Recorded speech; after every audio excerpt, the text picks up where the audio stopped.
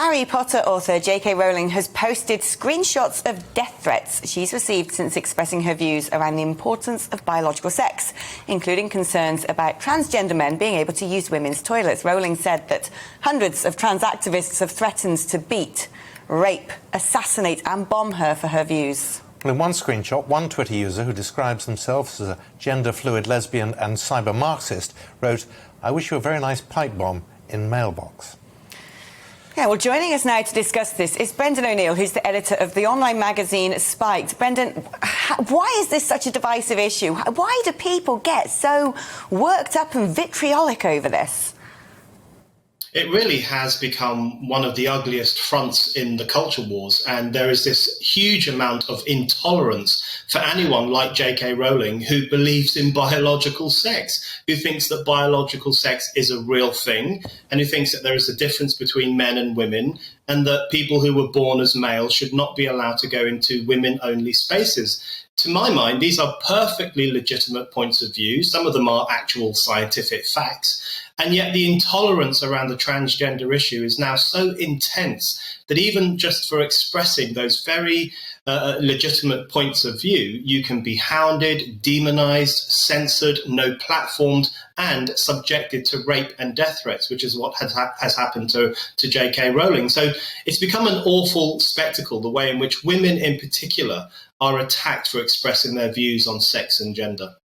The trouble is, in the modern age, you know, Twitter and all these things, armchair generals and all others, and warriors, they take to Twitter because most of them are unidentifiable. They can get it all off their chest. They've got issues. That's fine. We all get victims of that. But the trans lobby seems particularly vociferous. Why? Yeah, that's a really good question, and I've been thinking about that for a long time. I've been protested against by the trans lobby when I've spoken at Oxford University. I've had hate mail myself from trans activists for things that I've written, nowhere near the scale that JK Rowling and others have received. I think my view is, firstly, everyone accepts that trans people have the right to live freely with no persecution and no harassment, and they deserve to have the same rights as everyone else. But then there is the transgender lobby, and that's a different thing entirely. And I think their viciousness springs from the fact that it is a fragile identity. You know, their claims actually don't really stack up. So the idea that a man can become a woman simply by declaring himself to be a woman, that really doesn't wash with most people. And so I think they recognize that there is a fragility to their claims, that they are quite hollow and shallow. And so they're incredibly defensive to any form of criticism in case the whole house of cards falls down. So I think there's a relationship between the silliness of what they claim and the intensity with which they attack their critics. What I don't seem to understand is, by and large, when we talk about these sort of trans activists, it's men who identify as women. Not always, but by and large, that seems to make up the vast majority. Why is it then that they all seem to hate women so much? That's the question.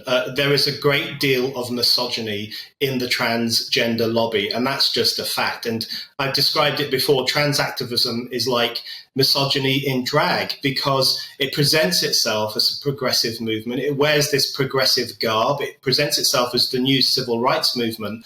But actually, lots of trans activists say the most objectionable things about women. Any woman who criticises the transgender idea is denounced as a TERF.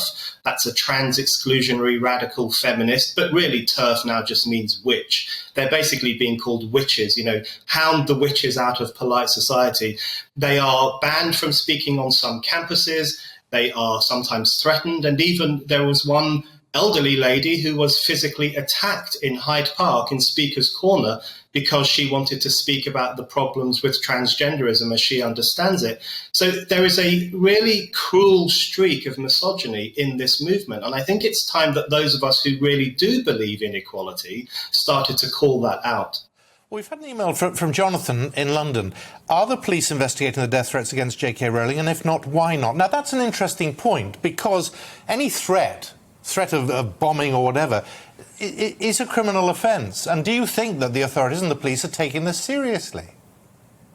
Well, if JK Rowling reports this stuff to the police, then I sincerely hope that they will investigate it, because I'm a firm believer in freedom of speech, but freedom of speech does not include the right to threaten to kill someone. That's a threat of violence, and that falls beyond the scope of freedom of speech.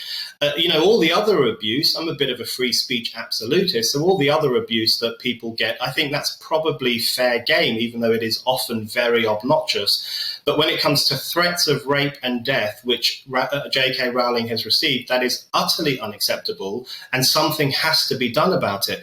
But, just to reiterate this point, the way she's talked about as if she's some modern day Nazi destroying people's lives, this horrible witch who says the most obscene things. Let's remind ourselves, this is a woman who simply believes that there is a biological difference between men and women. And when we have a situation where you can't even utter a scientific fact in public life without being hounded and demonized and threatened, then we really have reached an Orwellian stage of life where even speaking the truth can land you in trouble. So I think the JK Rowling case is very important in terms of what it tells us about the state of freedom of speech and the culture wars. Welcome to the GB News YouTube channel. You can watch us live 24 hours a day, catch up on your favourite shows, and join in the conversation in the comments below. Don't forget to subscribe and you'll never miss any of our exclusive content.